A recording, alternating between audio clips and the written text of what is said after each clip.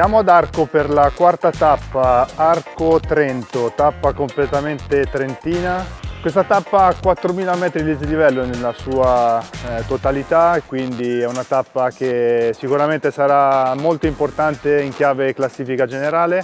Ovviamente si arriva a Trento, che ha già visto sede di arrivo dei campionati europei vinti da Sonny Colbrelli, e proprio a Trento sarà incoronato il nuovo campione del mondo su strada 2031. Siamo sulla salita che porta al passo Bordala, la prima asperità, una salita vera. Si affronterà dopo solamente 8 km dalla partenza di Arco, una salita di 14 km al 7%, ma nella parte centrale i corridori affronteranno dei tratti anche al 12-13%. È lontana dal traguardo, però questo potrebbe essere un trampolino di lancio per coloro che vogliono provare a vincere questa tappa partendo da lontano. Dopo il Gran Premio della Montagna si affronterà una lunga discesa, ma si andrà ad affrontare il primo traguardo volante di giornata, che è posto però al termine di una salita di circa 8 km, quindi ci sarà da guadagnarsi questo traguardo volante, perché non è un classico traguardo volante in pianura, ma appunto è da considerarsi quasi un Gran Premio della Montagna.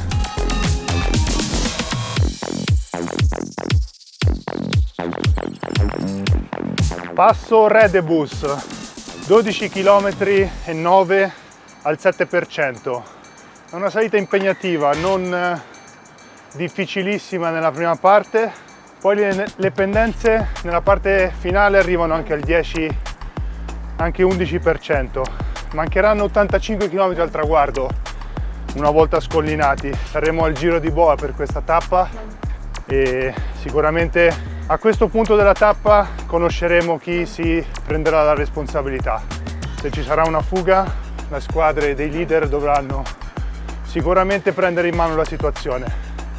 Lunga discesa altrettanto impegnativa, abbastanza tecnica, che ci porta negli ultimi chilometri, nell'ultima parte della tappa.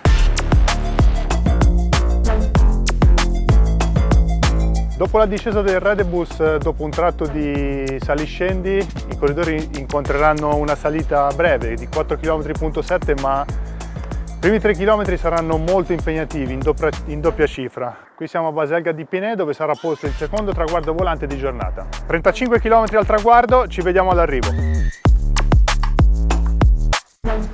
A 22 km dal traguardo i corridori affronteranno una salita, la salita di Sant'Agnese. Sarà 3 km molto impegnativi, è una salita breve ma impegnativa. Qua invece siamo già sulla salita di Povo che ha visto un duello emozionantissimo nel 2021, quando Sonny Colbrelli, il nostro Sonny Colbrelli, riuscì a tenere la ruota di uno scatenato Evenepoel e poi riuscì a batterlo in piazza in centro a Trento. E chissà che nel 2031 questa salita non possa rivivere quelle splendide emozioni con il campionato del mondo di ciclismo su strada, con i campionati del mondo che verranno organizzati, che sono stati assegnati proprio in Trentino. Alle mie spalle ci sarà posizionato l'arrivo su questo viale in centro a Trento. Il finale è praticamente tutto pianeggiante, molto tecnico perché si passerà dal centro di Trento.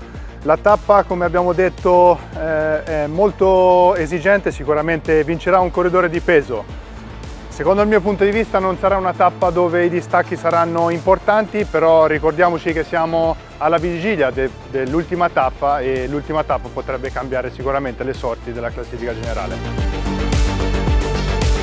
Siamo a Trento. Trento è una città che ama lo sport e tutti gli sport, volley, basket, e non a caso la casa del Festival dello Sport oramai da alcuni anni, e sicuramente questa edizione del Tour of the Alps e soprattutto questa tappa i corridori faranno vibrare questa bellissima città.